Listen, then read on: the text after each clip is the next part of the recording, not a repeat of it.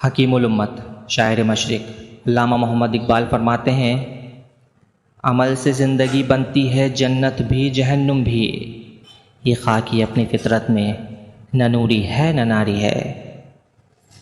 علامہ نے اس شعر کے ذریعے یہ نقطہ سمجھایا ہے کہ عمل ہی ایک ایسی چیز ہے جس سے انسان اپنی زندگی کو خوشگوار بنا سکتا ہے، اور عمل ہی سے اسے پرعاشق بھی بنا سکتا ہے۔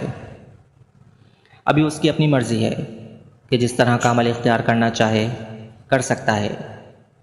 خدا تعالیٰ نے اسے تفکر کی صلاحیت بخشی ہے، سعی و کوشش کی خوبی سے نوازا ہے۔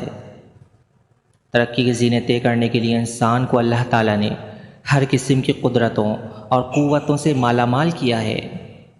اس نے اگر انسان کو اپنا نائب بنا کر بھیجا ہے تو اسے وہ تمام اوصاف بھی دے کر بھیجا ہے جن سے وہ ترقی کے مراحل طے کر کے خیر و شر میں تمیز کر سکے۔